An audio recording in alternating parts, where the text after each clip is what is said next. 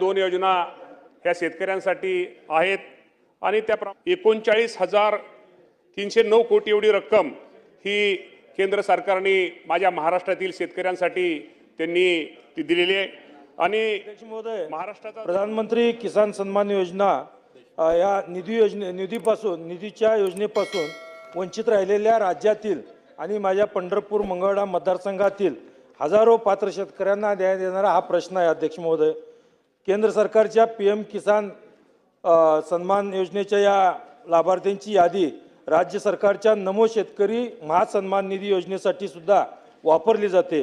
यामुळे PM किसान योजनेतील तांत्रिक त्रुटी म्हणजे नमो सन्मान योजनेतील सुद्धा त्रुटी ठरत आहेत का?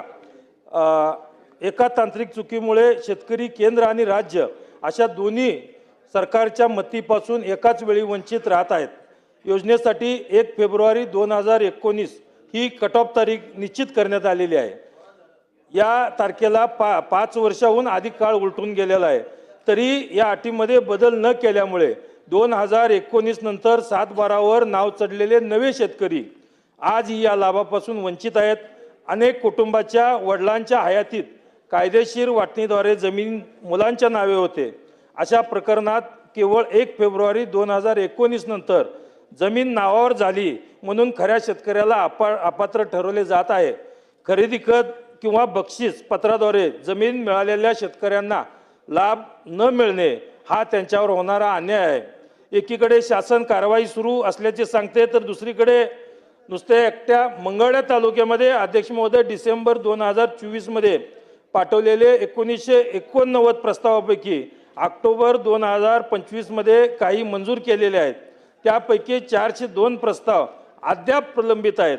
ते डिसेंबर 2025 पासून पोर्टल बंद असल्याचे सांगण्यात येत आहे। 2-2.5 वर्षापासून अर्ज करूनही शेतकऱ्याला जर मदत मिळत नसेल तर त्यांनी कोणाकडे पाहायचं? अध्यक्ष महोदय, सध्या स्वतः नोंदणी केलेल्या अर्जाच्या छाननीचे आणि मंजुरीचे अधिकार राज्य स्तरावर आहेत।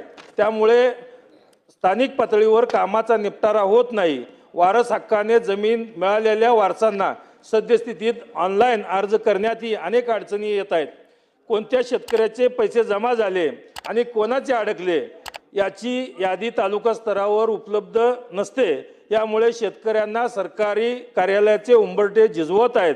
तर अध्यक्ष महोदय, मी या निमित्तानं शेतकऱ्यांच्या या विषयावरून मोठा असंतोष आहे। या पार्श्वभूमीला सरकारला मला काही प्रश्न विचारायचे आहेत। प्रश्न या निमित्तानं विचारतोय अध्यक्ष महोदय। माझे 5 उपप्रश्न आहेत। पहिली एक उत्तर घ्या, बसा। पहिले 2 नाही प्रश्न तर मांडू द्या अध्यक्ष महोदय, उपप्रश्न तर करू द्या। ओ, मूळ प्रश्नाचं उत्तर घ्या, मग उपप्रश्न विचारा। नुसत्या मंगळवेढा आणि अध्यक्ष महोदय, सदस्यांनी खूप चांगल्या सूचना शेतकऱ्यांविषयी त्यांनी मांडल्या। खरं तर आपल्या अध्यक्ष महोदय, आपल्याला माहिती आहे की राज्यामध्ये PM किसान सन्मान योजना ही केंद्राची आणि राज्याची नमो शेतकरी महान निधी योजना ह्या 2 योजना ह्या शेतकऱ्यांसाठी आहेत। आणि त्याप्रमाणे आज आपण जर विचार केला तर केंद्राकडून साधारणतः माझ्या शेतकऱ्यांसाठी आतापर्यंत हे शेतकऱ्यांना हप्ते दिले गेलेत, त्याची एकूण सगळी जर रक्कम जर विचार केला तर साधारणतः 39,309 कोटी एवढी रक्कम ही केंद्र सरकारने माझ्या महाराष्ट्रातील शेतकऱ्यांसाठी त्यांनी ती दिलेली आहे।